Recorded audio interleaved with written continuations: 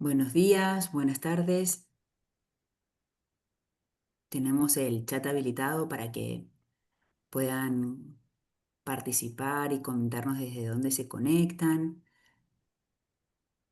Bienvenida Karen, bienvenida Lorena desde Panamá, bienvenido Miguel Ángel Russo desde Argentina, bienvenido Felipe, muchas gracias por conectarse. Hola Mónica, Oscar, Felipe desde Chile, excelente, muchas gracias por sumarte.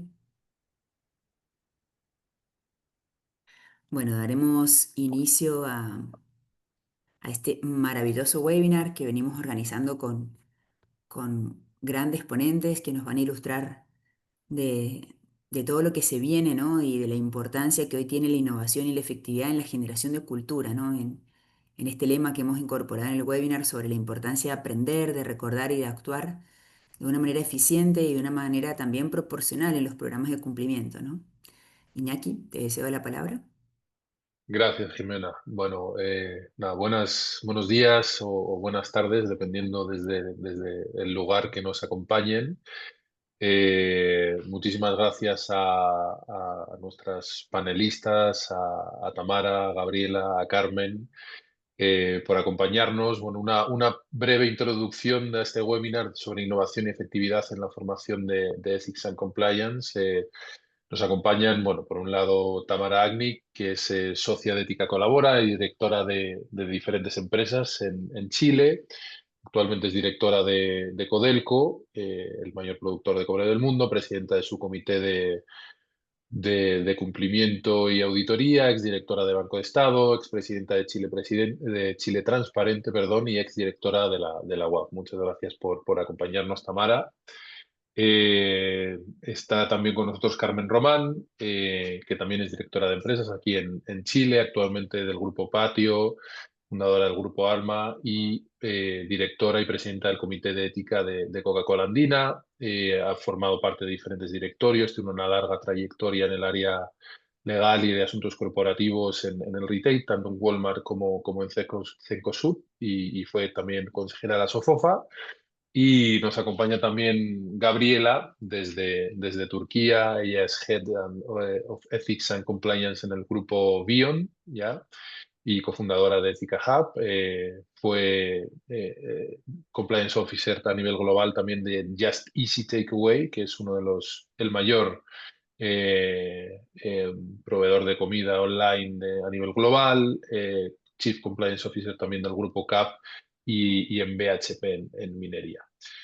Eh, es un conversatorio, vamos a ir con Jimena alternando preguntas con nuestras invitadas y un poco de forma introductoria por qué estamos aquí, un poco el sentido sobre lo que queríamos reflexionar, un poco revisando buenas prácticas en lo que es el diseño e implementación de programas de formación en las empresas, cómo transitamos desde la norma, ¿no? Cómo impactamos en la cultura de las organizaciones con regulaciones cada vez más exigentes, mayor escrutinio de reguladores, de diferentes stakeholders, mayor relevancia de la información no financiera, tanto en Europa como en Estados Unidos, que son los vaivenes políticos, es algo que sin duda sucede.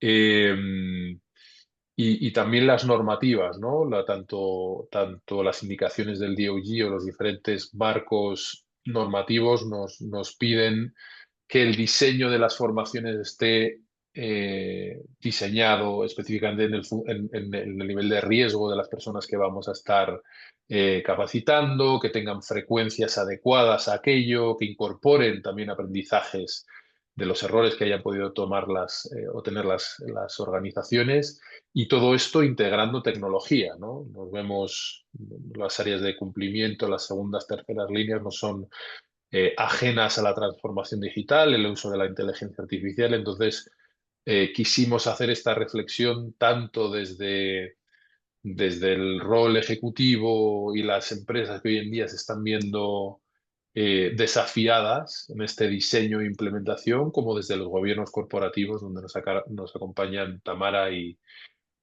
Carmen, y un poco para abrir fuego.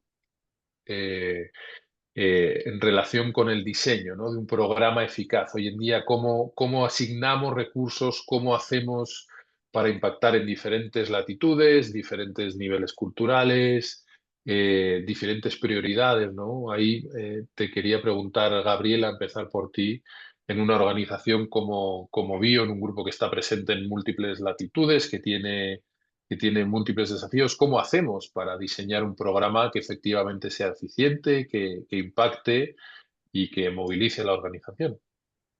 Y bueno, primero, buenos días para todos, buenas tardes también, dependiendo de dónde cada uno de nosotros nos encontremos. La verdad, encantada de unirme a este conversatorio y es uno de los temas que la verdad me gustó, es la posibilidad simplemente de conversar y compartir experiencias. Así que muchas gracias, a ti y a Jimena también por la invitación y por supuesto por compartir el panel con Tamara y con Carmen.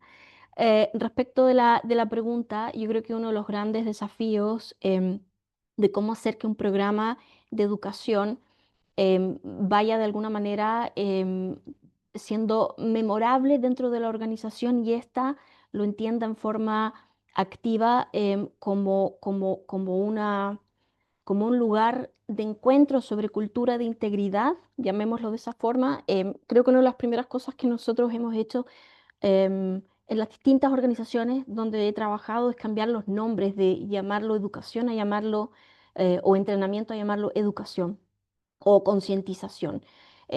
Porque eso de alguna manera también hace que sea algo activo en el que las distintas partes que son parte de este programa tienen un rol mucho más preponderante y no es solamente un entrenamiento per se. Otro de los temas que nos parece relevante y que a mí me parece importante mostrar es que muchos de estos programas de educación, para que sean relevantes, deben ajustarse no solamente al negocio en términos de riesgo, sino de aquellas funciones que tienen determinadas también roles a riesgo, que lo llamamos, y que por lo tanto lo que se debe hacer es ajustar. No puede ser un entrenamiento parejo o una educación pareja para todos. Debe ser de alguna manera un reflejo de los distintos riesgos y de los distintos negocios que tiene una organización, para que realmente pueda ser entendido en forma cabal por todos dentro de la misma. Si es simplemente una repetición de normas y de políticas internas, no va a tener una resonancia importante para aquellas personas que tienen determinados roles y que necesitan una guía y una educación que sea específica a un rol en particular. Entonces, ese es otro de los aspectos que siempre se han considerado, que considere los riesgos y los distintos roles para que el programa sea adaptado a esto. Para hacer eso, lo que requiere, por cierto, es un análisis de riesgo en forma permanente por parte de la organización. No solamente dar por sentado que ciertas funciones van a estar más expuestas a un riesgo en particular, sino desde la misma organización, a través de metodologías de gestión y análisis de riesgo, también se va en forma permanente ajustando este programa y por lo tanto es un programa que debe ser vivo, no puede ser un programa estático en el tiempo y que además, muy importantemente, deba recoger también retroalimentación de lo que ha sucedido en periodos o experiencias anteriores. De esa forma, tú puedes también recoger métrica y poder, por supuesto, mejorar el alcance y la profundidad del programa.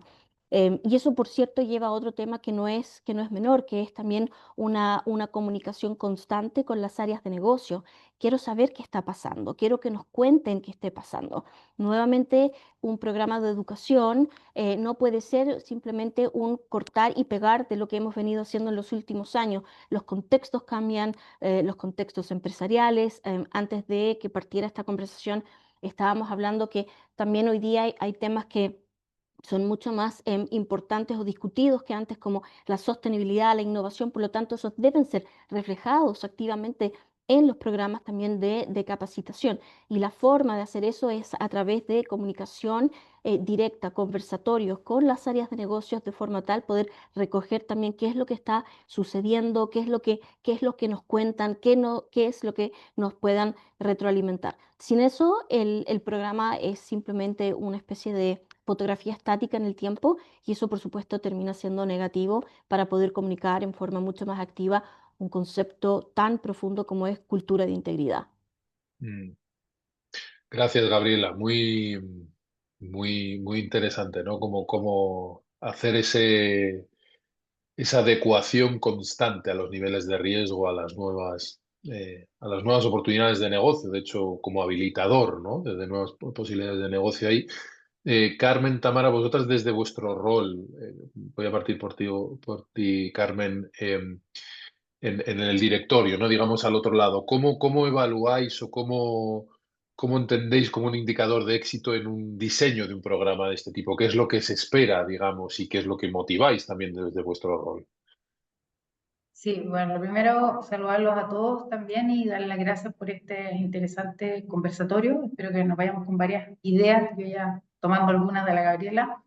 Yo creo que las medidas de efectividad, bueno, no sé si hay tanto hoy día tanta experiencia respecto de la medición de KPIs concretos. Hay algunos, pero por lo menos a mí, para partir antes de los KPI, creo que un programa es mucho más efectivo o se ve su efectividad cuando tenemos un CEO protagonista en estos temas, cuando tenemos un CEO que es prácticamente tu compliance, tu figura de compliance, tu figura de integridad, tu figura, me refiero a aquel que es capaz no solamente de aprender, de conocer, sino que también de transmitir el resultado de una organización que cumple y que quiere hacer las cosas bien, ¿no? Y creo que ese es como que la principal medida. Yo creo que si no logramos contagiar al CEO y él lo transparente y lo incorpore a sus mensajes en el día a día. Yo me refiero a que cuando está hablando de los resultados de la compañía, hable de cómo llegar a esos resultados, de qué manera se llegó a esos resultados, o por qué está orgulloso de los resultados y la forma en que se llegó a los resultados. Entonces, probablemente para mí una buena medida de efectividad de un programa tiene mucho que ver con esa primera cara responsable de la compañía. Luego de eso, también, por supuesto, y creo que es algo que tampoco está presente en todas las compañías, pero en los directorios en los que yo estoy, y creo que para allá vamos, tiene que haber un comité de compliance, de cumplimiento. Sé que no es posible casi en todas las compañías, pero al menos en las compañías reguladas, hoy día no solamente tienen un comité de auditoría, sino que tienen un comité de gobernanza, de cumplimiento, de sostenibilidad, de buenas prácticas, de innovación. Es decir, hemos ido agregando más comités a los directorios, pero bueno, que no se entienda como un tema burocrático, sino como un tema de darle importancia y relevancia a un tema. O sea, si no hay relevancia para el directorio y que estos temas se traten y sean parte de la agenda, no hay efectividad del programa. Eso por lo menos para mi gusto. Y ya yendo como a los objetivos que pueden ser más medibles, hay varios, pero por ejemplo, el tema de la cantidad y la calidad de las denuncias es un tema que es relevante, que es súper medible y que normalmente sale en todos los reportes. ¿Cuántas denuncias hay? ¿De qué tipo? Si están bien sustanciadas o no. La calidad de la investigación también, hoy día es un tema que también se puede medir y que es bien relevante y nos habla de cómo estamos tomando en serio cada una de las casuísticas que se nos presenta.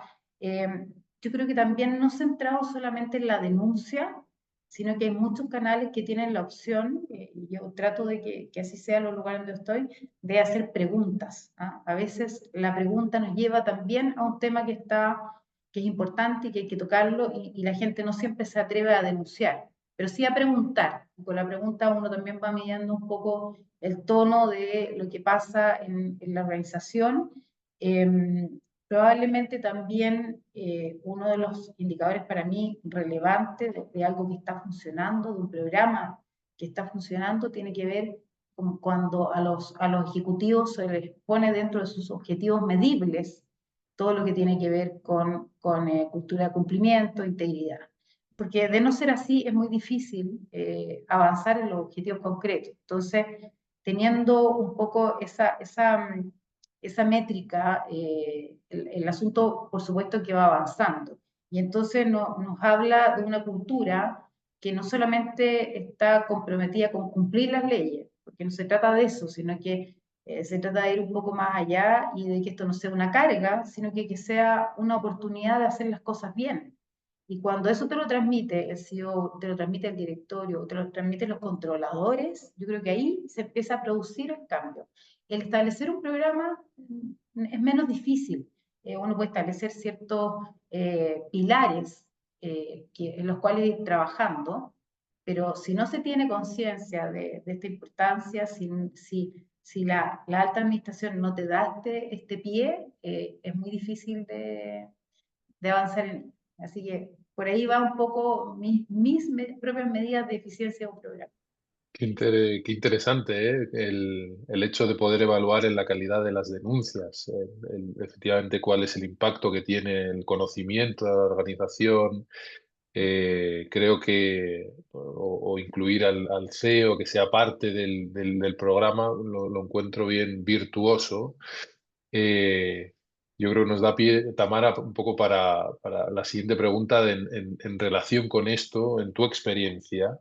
¿Cómo has visto tú a la hora también de ir, ¿no? Lo que nos iba relatando Carmen, cómo lo adecuo, cómo lo voy integrando diferentes aprendizajes que ha tenido la organización? En tu experiencia, ¿qué has encontrado como virtuoso en esa colaboración y en esa construcción?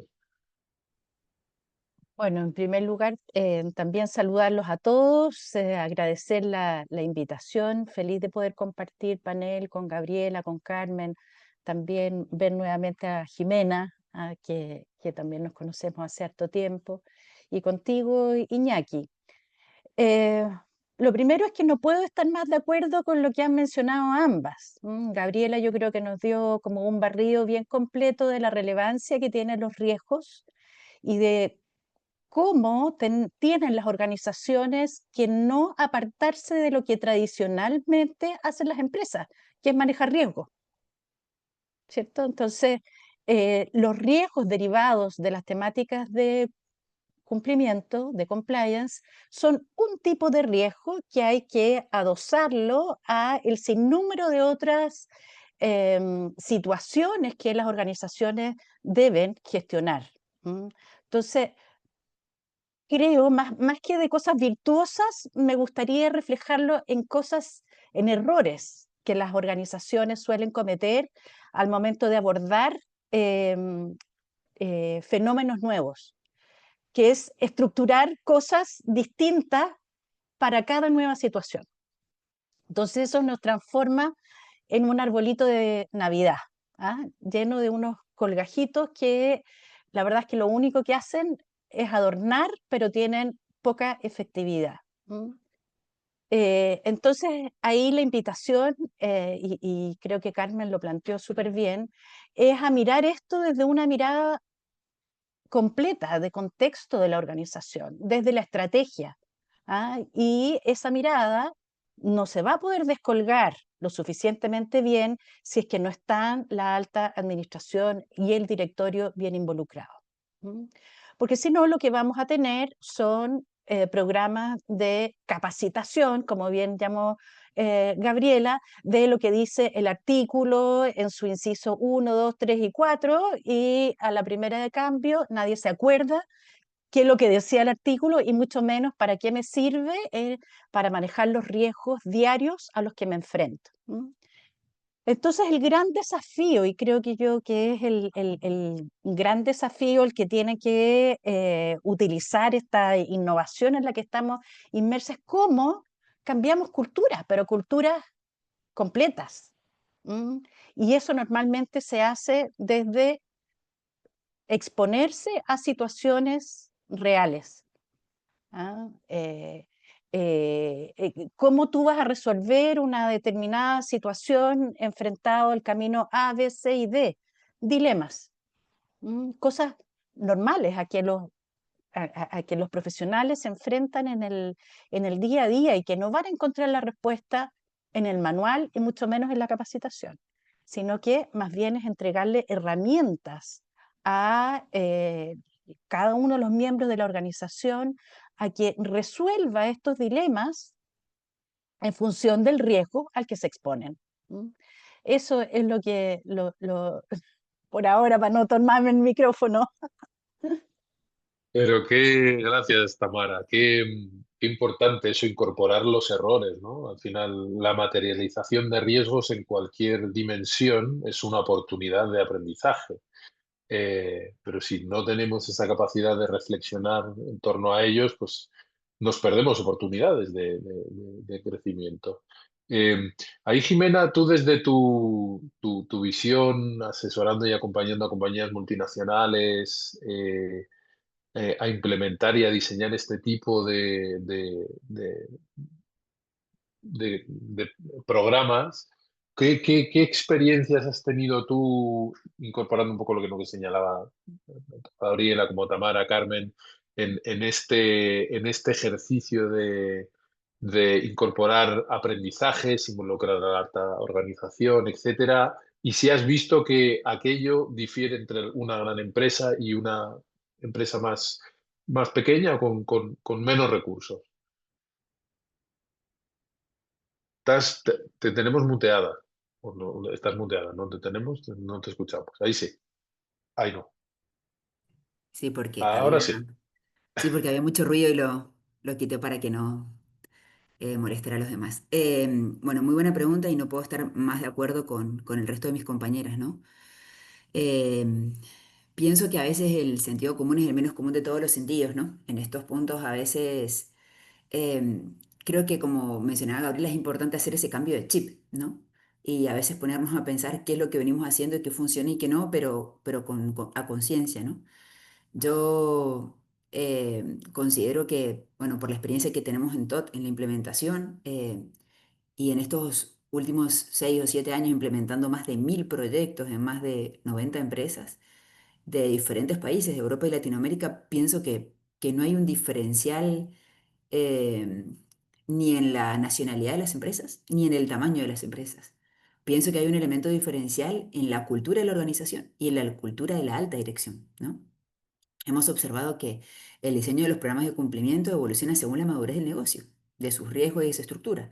Y la formación va a ser efectiva eh, cuando deje de centrarse solo en la norma y pase a enfocarse en cómo las personas toman decisiones en la práctica, ¿no? En cómo reaccionan ante determinados dilemas éticos que se puedan llegar a presentar.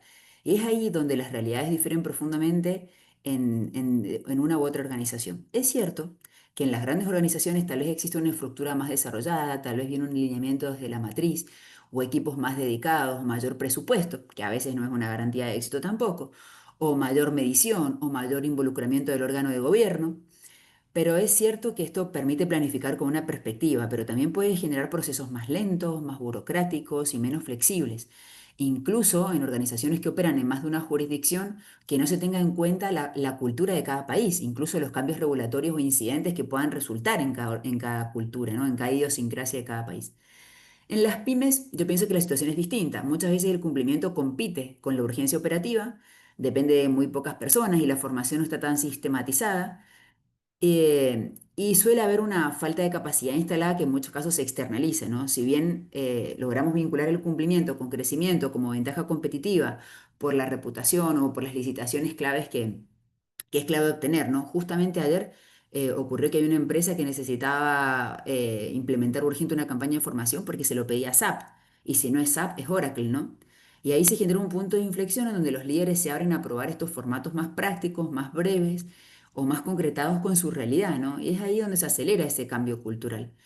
Yo pienso que el gran desafío y a la vez la gran oportunidad está en ayudar a cada organización a dar ese próximo paso en su madurez, ¿no?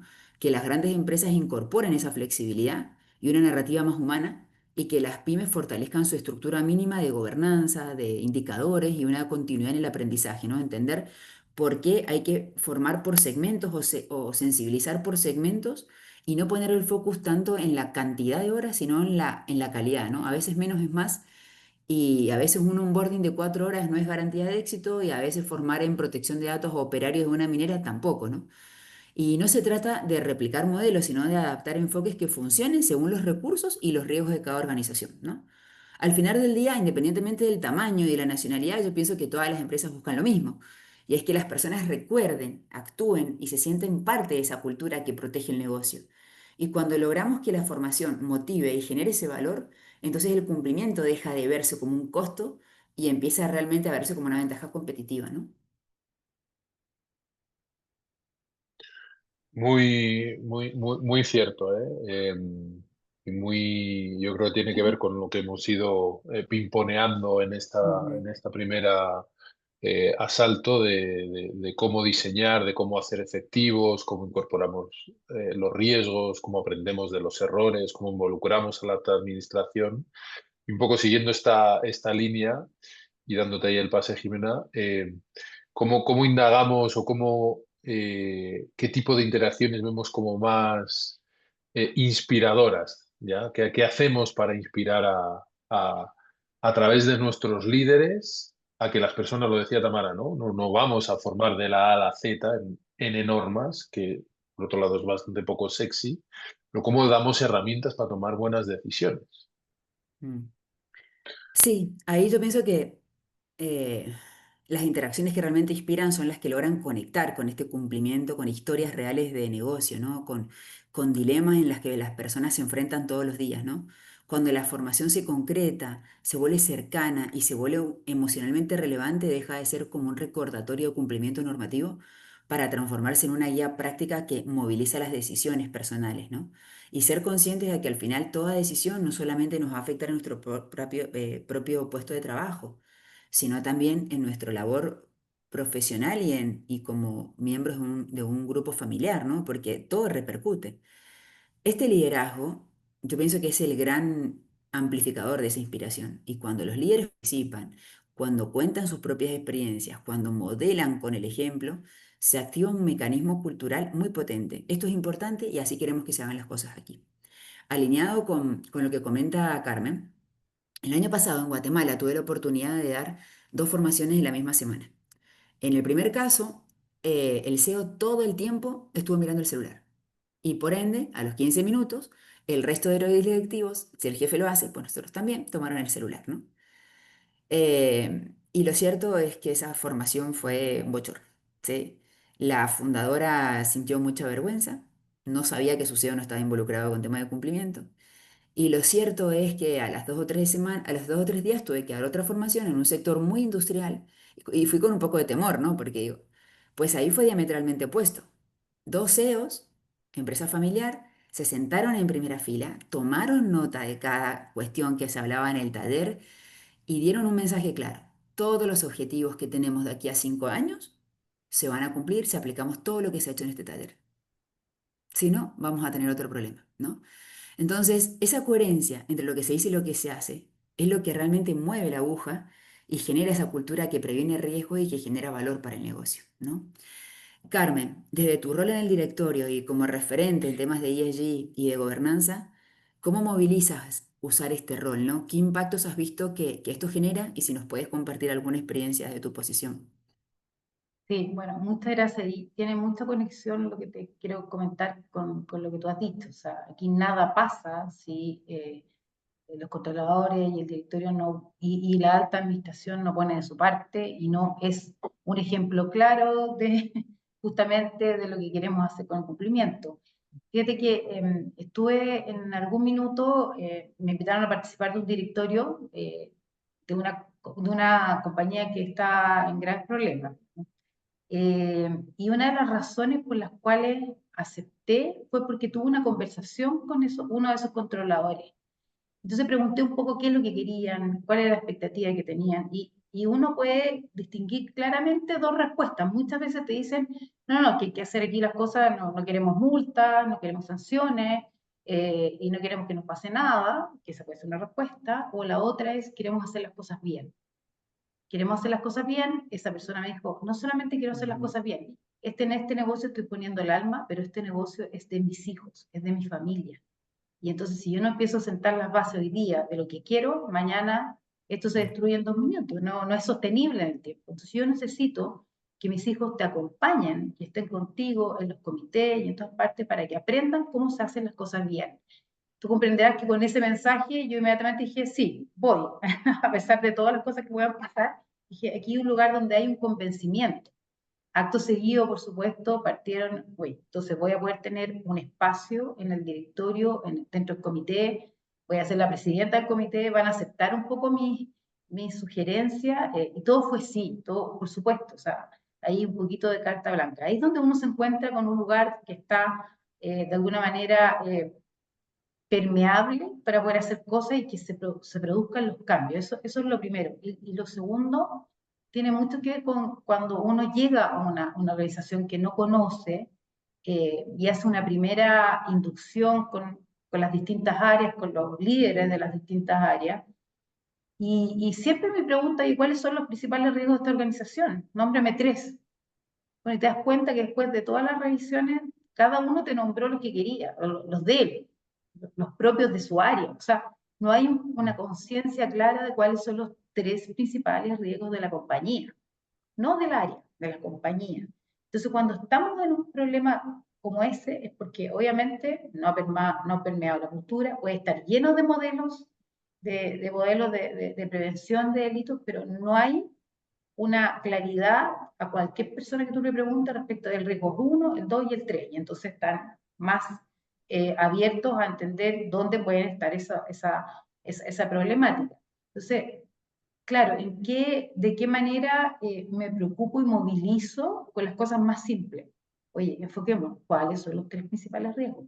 Y todos tenemos que decir eso. Y entonces en cada presentación, a mí en los comités, en los directorios en que estoy, me toca presentar todos los meses, que también es como prácticamente un requisito mío para poder aceptar un asunto como esto, porque si no, no estamos comunicando lo que pasa todo el tiempo. Y no tienen que ser grandes presentaciones, tienen que ser cosas más enfocadas y decir, siempre mostrar, acuérdense que los 3 primeros riesgos de la compañía son estos, 1, 2, 3, ¿qué estamos haciendo para mostrarle a la gente en cada uno de ellos y entrar en un Zoom con las cosas que realmente son relevantes? Te pongo un ejemplo, en los temas de corrupción, que probablemente es uno de los riesgos más importantes dentro de las compañías, la gente a veces no tiene idea cuáles son los funcionarios públicos con los cuales interactúa y los riesgos que se producen. Estoy hablando de cosas tan simples como esas. O sea, la gente no tiene por qué saber en realidad que un funcionario de un servicio de impuesto interno es un funcionario. Tienes que explicar por qué, tienes que explicar por qué está el riesgo. Entonces, hay cosas que son muy básicas de los modelos y como que las damos por sentadas y no están así, no están sentadas. Entonces, ¿de qué manera uno va tratando de movilizar? Es como desde lo más básico hasta después lo más puntual. Después uno ya está, la organización está más preparada para recibir cualquier tipo de legislación, que todo el tiempo estamos recibiendo. Ya tiene la musculatura, pero ya sabe lo que es un riesgo, ya sabe en el fondo por qué las cosas hay que hacerlas bien, porque tiene líderes que están hablando todo el tiempo de eso, porque están abriendo la visión para ver un poquito más debajo del agua de cómo se están haciendo las cosas y porque también permiten que las áreas de compliance, de cumplimiento o de ética sean parte inicial de todos los proyectos de la compañía. No que lleguen ahí a resolver y a pasar el modelo de prevención, sino que ser parte de la reunión, ser parte del proyecto inicial. Y yo creo que un poco en mi experiencia y mi estilo de hacer el compliance ha sido ese, como partamos desde lo general a lo particular, busquemos de qué manera movilizamos esto en el lenguaje simple para las personas, pero déjenos participar del proyecto de la compañía para no llegar tarde, porque hoy día yo diría que el título de la canción es la prevención, y toda la legislación va para allá, y bueno, ni hablar que es parte fundamental de un buen programa compliance. Entonces, hay que estar ahí desde antes, y hay que modelar un poco lo que uno quiere hacer, inspirar en simple, para que las personas puedan movilizarse y tengan también la confianza de preguntar cosas, de preguntar cosas. Sí, tal cual. Yo pienso que estamos alineados y directamente vinculados con esto que comentas y que tanto insistimos en la importancia de los líderes, de la alta dirección, de cómo se canaliza de manera vertical. Gaby, ¿cómo desde tu posición has involucrado a los líderes en esta tarea, ¿no? ¿Cómo los preparas y qué feedback te dan una vez que ocurre, pero qué herramientas también les dejas para su gestión en el día a día, ¿no? La formación, la sensibilización no es algo que sea inmediato o que entre por aquí y salga por aquí. Muchas veces tenemos que buscar herramientas para que los retengamos y lo puedan canalizar Mm. hacia abajo, ¿no? ¿Qué nos puedes comentar al respecto? Sí, o sea, a mí primero me gustaría decir que me siento absolutamente identificada con la historia que comentó Carmen respecto del por qué ella tomó la decisión en su momento de participar del directorio de esa empresa, em, porque había una razón personal y eso yo lo vinculo a lo que nosotros llamamos nuestro storytelling. Tiene que haber un Ujú. storytelling profundo dentro de una organización que sea capaz de permear un propósito real y claro del por qué como organización estamos acá, qué es lo que hacemos. Si eso no está claro y no parte desde los líderes y los líderes no son capaces de articular esto, em, hacia los empleados y colaboradores, la claridad, el cómo, va a ser muy difícil de lograrse. Entonces, una de las formas en que lo hacemos en forma consistente es justamente a través de estas herramientas de storytelling, vincular el propósito, los valores de la organización con la narrativa interna que tienen estos líderes a propósito, por ejemplo, de estas conversaciones en donde pueden ellos hacer mención a casos o situaciones que han ocurrido dentro de la organización. Eso es muy importante. Lo otro que también es relevante es necesario también empoderar a los mandos medios. No solamente hablemos de la alta administración, también hablemos de mandos medios. Los mandos medios son tanto, si no más importante, porque cuando nosotros desde nuestro propio programa de cumplimiento y el programa de educación de este programa de cumplimiento empezamos a cascadear mensajes y hemos hablado que el tono desde la cima es muy importante, el rol de la alta administración, pero queda estancado donde están los mandos medios, no va a llegar a toda la organización. Entonces acá es importante también cómo nosotros, por un lado, somos conscientes de aquello y facilitamos esta labor en que se va cascadeando la información y lo podemos hacer de distintas formas, ya sea, por ejemplo, reflexionando sobre casos reales que ocurrieron dentro de la organización, temas que generan una emoción dentro de la organización. Es mucho más fácil hacerlo desde esa perspectiva que simplemente llegar y repetir, por ejemplo, un programa de entrenamiento. Pero eso sería algo que nosotros hacemos en forma constante. Otro tema que me parece que es relevante es cómo también podemos involucrar a los líderes en esta cultura de integridad o esta cultura ética a través de fomentar o generar espacios de retroalimentación, tanto desde los programas de educación como desde, como también mencionaba Carmen, por ejemplo, desde los canales de denuncia. Em, los empleados y colaboradores esperan esta información y, por cierto, están siempre al tanto. A mí me ha pasado muchas veces en entrenamientos, que son entrenamientos muchas veces de temas absolutamente distintos como, no sé, de anticorrupción o cualquier tema, al final levantan la mano y siempre van a preguntar em, Ujú. los empleados sobre por ejemplo, sobre las consistencias o las determinaciones que se tomaron en ciertos casos de investigación. Están enterados de todo. Si tú no eres en ese momento como líder, no vas a ser transparente y coherente en la forma en que vas a comunicar una historia, vas a perder confianza tanto al programa de cumplimiento como a esta cultura que queremos ir integrando. Por lo tanto, confianza y generar estos espacios de retroalimentación es importante. Igual otra cosa que también es importante, que los líderes, y con eso no solamente hablo de la alta administración, hablo de todas las personas dentro de la organización que tienen un rol de líder y de supervisión de equipo, celebren todas las conductas y reconozcan conductas que son conductas alineadas con los valores y principios de la organización. Muchas veces, como con nuestros hijos, siempre nos centramos en lo que no está hecho, nos centramos en lo que no ocurrió de la forma como lo esperábamos, pero el refuerzo positivo es tanto más importante.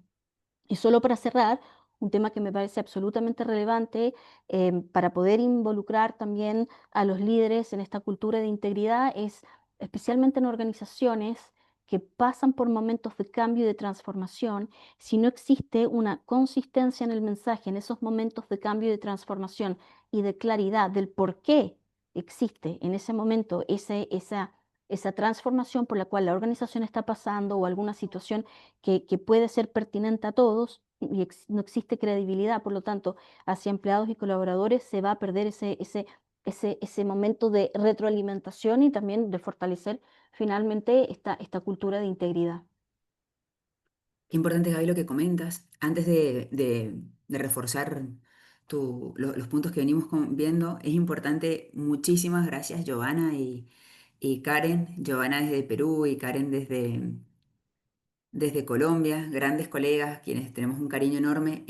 Gracias por la participación. Pasamos a la pregunta de Tamara, para concluir este panel y luego analizamos las preguntas que han hecho en el chat. Sí, los animamos a todos los que quieran interactuar, participar o dar su opinión o hacer alguna pregunta, que lo hagan. En un ratito, cuando terminemos la pregunta de Tamara, ya pasamos a las preguntas. Tamara, tú eres una gran promotora de la cultura, no solamente en Chile, sino en Latinoamérica. Eres un referente en estos puntos y cada vez más incluso en temas de ESG, ¿no?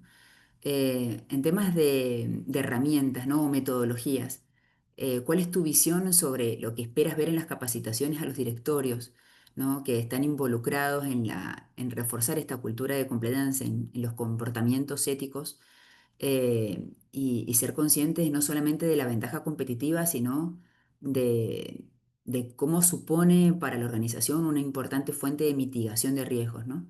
¿Qué nos puedes compartir al respecto? Sí, súper. Bueno, aquí me encanta siempre ir aprendiendo de los errores, y creo Mm, que también los que nos hemos dedicado al tema de compliance, de ética, de sostenibilidad, hemos cometido errores. Y hay algunos que siguen cometiendo errores yendo, por así decirlo, a veces incluso de manera agresiva, a tratar de incorporar estas temáticas en los directorios. Y lo que se produce en ese minuto es inmediatamente un rechazo. ¿M?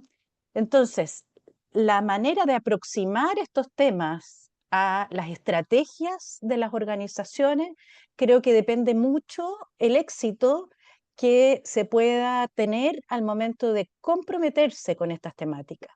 Porque el ejemplo que nos daba Carmen, por ejemplo, uno dice, no, yo no tengo prácticamente ninguna duda que los empresarios, la mayoría de los empresarios, tienen esas convicciones, sobre todo los empresarios de familia, ¿no? Pero cuando llega alguien externo y que de alguna manera, hasta como en el lenguaje, le está queriendo transmitir de que han hecho las cosas mal o de que esto tiene que ver con una legislación A, B, C o D, genera una barrera. Entonces, lo primero es aprender a hablar en el lenguaje que hablan los empresarios, que hablen los líderes de las organizaciones, que es en base a objetivos estratégicos, rentabilidad y riesgos. ¿M? Y riesgos. Y frente a esa aproximación, yo creo que uno encuentra como una predisposición distinta a escuchar la relevancia cuando ven una conexión con el negocio. Cuando no se ve esa conexión con el negocio, entonces de manera natural hay como esta idea de que no, si esto lo resuelve el de compliance, no, si esto lo resuelve el abogado, no, si esto no es materia estratégica, pero como si aquí somos todos súper íntegros. Entonces, de nuevo, cómo tú te aproximas a estas temáticas desde la estrategia, creo que te puede marcar la diferencia para encontrar terreno fértil en todo lo que nos decía Carmen o Gabriela, porque si no, los líderes no se van a comprometer porque creen de por sí que están comprometidos. ¿Ah? Y ahí yo creo que hay un punto difícil, una barrera difícil de darle como la vuelta al círculo para el otro lado. Y en términos como de herramientas, lo mejor es el diálogo. O sea, es sí. cierto que la tecnología hoy día nos da la posibilidad de tener los e-learning, cosas como ya grabadas, en fin, Ay, pero tiene que existir se una mutió Tamara, ¿no? humanización de estas temáticas, que son ¿Me las del día a escuchamos? día, que son ¿Me a escucha? las cosas que uno se Ay, enfrenta realmente en el día a día. Tamara, te muteaste 2 segundos antes de que terminaras la frase. Por si ¿En quieres serio? repetir lo que habías comentado. Sé que es medio ahora te difícil porque a escuchamos, veces. ahora te escuchamos. Ahora Ni sí, pero sé, fueron 2 segundos nada más. ni sé lo que dije, pero Eso pasa, es común. en definitiva creo yo que está bien el tener ciertos e-learning cuando necesitas tener, qué sé yo, ciertas métricas, pero lo más importante es recobrar como la humanización de estas temáticas. Mm, El diálogo, el cara a cara, la empatía, o sea, son tantos los temas a los que están expuestos hoy día las organizaciones diferentes, que tú tienes que encontrar un hilo conductor entre lo que son los propósitos de las organizaciones con las culturas. sí. Y eso no lo vas a lograr si es que no identificas el lenguaje sencillo, el lenguaje fácil, ¿ah? Y aquí de nuevo los errores que tal vez hemos cometido es ir a hablar en una cosa como muy específica, sobre todo cuando se trata de leyes, y la ley es cuando ya la leche está derramada, la leche ya está en el piso. Ujú, Necesitamos hacer toda esa prevención, y esa prevención no la haces con el artículo, la ujú. haces porque no quieres llegar a que te apliquen el artículo. ¿Mm? Absolutamente. Que solo un apunte, que importa, que Gabriela siempre es muy incisiva en el storytelling, ¿no? El Mm, cómo asociamos el objetivo que tiene el área de prevenir, ¿cierto? Pero con el quehacer de la compañía y cómo empoderamos también a los líderes muchas veces, ¿no? Oye, pero ¿cómo voy a hablar yo de estos temas si son tan técnicos, etcétera? Mm. Desde la experiencia personal y desde el relato propio, a ellos también se les hace mucho más fácil y se empoderan. Y es que además también, Iñaki, se genera un concepto de una historia colectiva. ¿Te fijas? Claro, En la que todos nos sentimos identificados, como yo decía, un propósito, un porqué.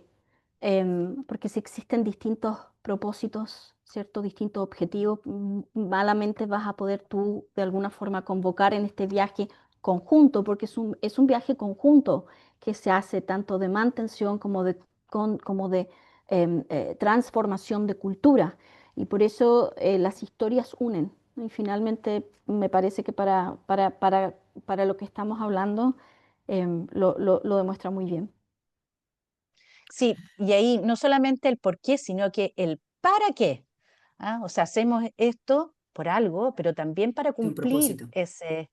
ese algo que es finalmente el propósito. Y cuando le encontramos sentido, eh, obviamente que lo que nos toca hacer lo hacemos como con más gusto, con más Mm, compromiso. ¿Mm? Yo pienso que también hay un tema muy importante que es pensar además del storytelling, es el tema de la estrategia, ¿no? Pienso que ahora estamos terminando el año y que es una época de balances también. Es muy importante hacer un análisis de qué queremos hacer para los próximos años, cómo queremos calar, ¿no? Porque hay que ser conscientes de que la carga de trabajo y las presiones cada vez son más y en muchos casos los comentarios de los trabajadores son, me paso todo el día formándome, ¿no? mm. Entonces, en muchos casos también hay que tener en cuenta que la formación que reciben en materia de compliance no es la única. A veces en temas de calidad, a veces también en temas de protección de datos, de ciberseguridad, etcétera, ¿no? Entonces, es muy importante ser conscientes de definir una estrategia y que esté alineada con lo que queremos comunicar y el propósito que mencionaba Tamara. Yo personalmente creo que para avanzar con las preguntas, Iñaki, que habíamos preparado, vamos a necesitar como una serie de Netflix de varias horas para cumplir la expectativa, porque lo cierto es que es un placer escucharlos, es un placer aprender, es un placer reforzar conceptos de lo que venimos trabajando hace años, pero...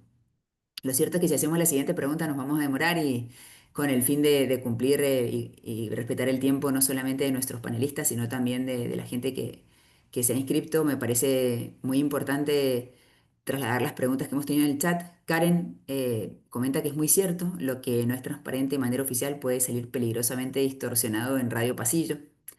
Ni hablar, a ese hay una red flag importante. Y Giovanna ha sido muy picante, se ha levantado muy picante hoy desde Perú y dice que si bien en América Latina está en una zona roja debido a la corrupción como consecuencia de la ausencia en muchos casos de un buen gobierno corporativo, cómo sensibilizamos a los miembros del directorio a identificar y gestionar los riesgos del país, de la región, así como accionar, cómo mitigarlos. Pregunta, ¿qué estrategia seguir con la soberbia de los miembros del directorio y el liderazgo narcisista que muchos practican? ¡Wow! Giovanna, ahí tiraste la bomba y desapareció. No sé si alguien quiere reforzar, comentar este punto, dar su opinión, discutirlo, se abre el debate y me parece que es importante saber que en muchos casos no es todo color de rosas y que este tema que comenta pienso que nos genera un debate. Hay una experiencia que quiero compartir en concreto, una organización en Latinoamérica que hace 3 o 4 meses atrás nos comenta que recibió denuncias en su canal ético, 111 denuncias en su canal ético por mal liderazgo, lo cual analizando el contexto en Latinoamérica, de cuánto nos animamos o no a denunciar, a comunicar determinadas irregularidades y tal, pasar de comunicar irregularidades en temas de cultura, fraude interno, prevención de lavado de dinero, corrupción, protección de datos, acoso, a mal liderazgo, pienso que es un paso importante y que hoy un trabajador en la Latinoamérica se anime a denunciar un liderazgo tóxico, es un reto, ¿no? Entonces, no sé si quieren comentar algunas opiniones en este sentido. A ver, yo me animo a decir una cosa que creo Claro, que Carmen, por supuesto. las compañías no se pueden desentender de lo que pasa en su entorno, en sus comunidades, en su país. No hay una división. Y además siento que las compañías cada vez funcionamos más como ciudadanos, ciudadanos corporativos, sí, pero somos ciudadanos y por eso nos relacionamos con mucha gente. Mm. Distinto que en el pasado, las compañías trabajaban mucho hacia adentro, hacia sus trabajadores, hacia sus accionistas, pero el resto de los stakeholders ni siquiera tenían cabida, o sea, no eran mirados, no eran trabajados de alguna manera, y creo que esa misma forma de que uno no se puede desentender de lo que está pasando, la aguja del país te va diciendo dónde te tienes que ir metiendo, o sea, si hay grandes fraudes a nivel que sea del país, que sea, es porque adentro de la compañía también puede estar pasando eso mismo. Creo que es al revés, creo que es un buen indicador de las conductas que pueden estar pasando adentro de una compañía, sobre una compañía grande, lo que está pasando en el país. Entonces, no tenemos que disasociar las dos cosas, sino que unirlas. Y cuando uno hoy día, en los directorios sobre todo, yo creo que hace no tanto tiempo, pero está muy presente esta mirada geopolítica. ¿Ah?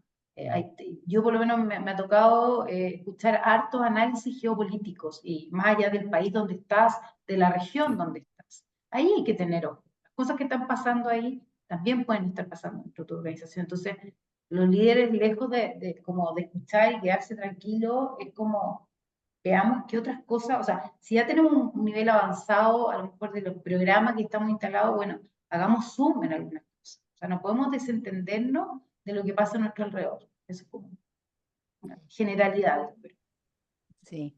Yo, Sí, si, bueno. si me permites complementar un poquito lo que dice Carmen, yo siempre digo, tenemos que cambiar los liderazgos, que con esto no significa que los quiero jubilar a todos, no, Mm. sino que también tenemos que focalizar los cambios conductuales en los propios líderes.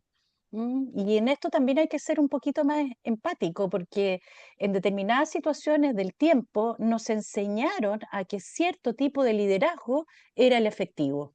El liderazgo autoritario, el liderazgo que se imponía. Y hoy día, con este mundo complejo que nos relata Carmen, evidentemente necesitamos otro tipo de liderazgo.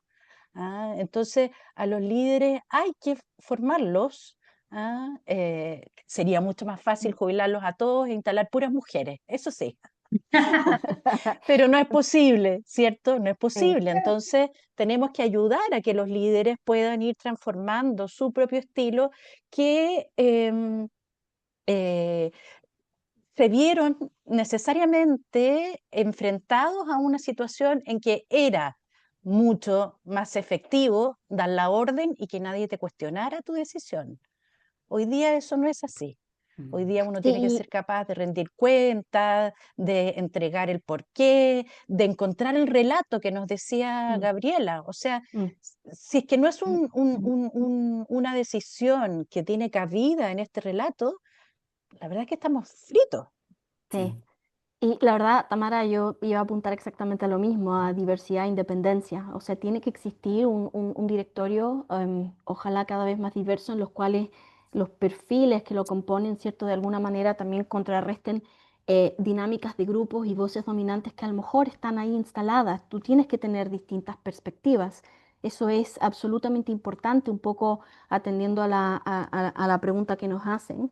Y lo otro que es un tema no menor también es la licencia social para operar. Un poco también alineado a lo que dice Carmen, no solamente es lo que está sucediendo fuera del país, pero también el grupo de stakeholders adyacente y que de alguna manera está, forma parte del ecosistema de la organización a la cual representamos. Hay que escucharla y ellos tienen hoy día cada vez una mirada mucho más crítica. los empleados, colaboradores, mi cadena de suministro y sindicatos, em, y que de alguna manera esperan de una organización que ha crecido a un punto que a lo mejor tiene. Justamente ayer estaba yo en una charla acá donde uno de los temas que decíamos es que las organizaciones a medida que crecen y tienen éxito y poder también tienen responsabilidades. Y ese es un músculo que hay que ejercitar permanentemente a través de la conversación, em, y a través de la repetición también. Y solo hay un apunte, incidir en los contextos también. Efectivamente hay contextos, ¿no? La pregunta iba sobre corrupción. Cuando queremos generar cambios también, tenemos que incidir en forma colaborativa, etcétera, en ir modificando esos contextos. Tamara nos lo decía, ¿no? Ir cambiando este recambio generacional, pero a veces hay que incidir hacia afuera y hay que ir transformando los contextos donde efectivamente tenemos que operar y no podemos ser ajenos a aquello. Y eso también uniendo un poco lo que tú mencionabas, Gabriela, cuando tengo cierto tamaño, también tengo cierta capacidad de incidencia y cierta responsabilidad. Bueno, ojalá podamos llevar adelante una serie de webinars en el que podamos aterrizar todas las tendencias que hoy hay en innovación y en efectividad de los programas de cumplimiento, en incorporación de la tecnología y sobre todo ser conscientes de que tenemos retos muy, muy grandes por delante. No solamente los onboarding, los trabajadores virtuales y en remoto, sino segmentar por factor de riesgo y por volumen de trabajadores. Es muy importante poner el foco en el impacto, en la trazabilidad, que antes no lo hacíamos. Y a partir de allí, valernos de grandes profesionales como ha sido en esta ocasión de Iñaki, de Gabriela, de Carmen y de Tamara. Muchísimas gracias por la participación. Muchas gracias a todos por sumarse, por participar, por interactuar. Quiero agradecer a todo el equipo de TOT por la coordinación, por el diseño y por la difusión, a todos los panelistas que también lo hicieron. Les llegará a todos los inscriptos la grabación para que puedan verla en cualquier otra ocasión o los que no pudieron asistir que la puedan ver. Así que muchas gracias por sumarse, muchas gracias por participar y muchas gracias por compartir conocimientos. Hemos venido a eso, a dejar huella y a transmitir todo lo que sabemos para las próximas generaciones. Así que muchas gracias a todos. Gracias, gracias Un Jimena, placer. gracias Iñaki, a Que estén todos, muy bien. gracias. Gracias a Muy Gracias. todos. bien, chao, chao. Chao, Hasta gracias. luego. Que estén Gracias. bien. Hasta luego.